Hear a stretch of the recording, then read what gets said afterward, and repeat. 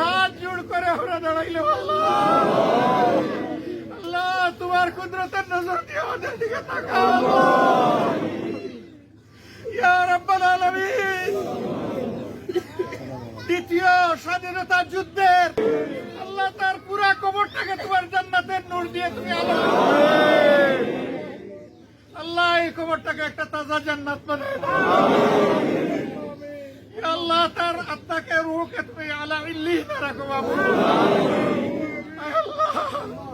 আয় আল্লাহ তার বেটা তোর বাবাকে পাশে নিয়ে আমরা তোমার দরবারে আল্লাহ তার বাবা তো আওয়াজ শুনছেন আল্লাহ আল্লাহ তার চাইতে তো তুমি বেশি শুনছো বাবু। আল্লাহ তুমি আমার ডাক কবুল করো আমাদের ডাক কবুল করো আমাদেরকে ক্ষমা করো আমাদের বাড়াবাড়ি সালামুন আলাল মুরসালিন আলহামদুলিল্লাহি রাব্বিল আলামিন।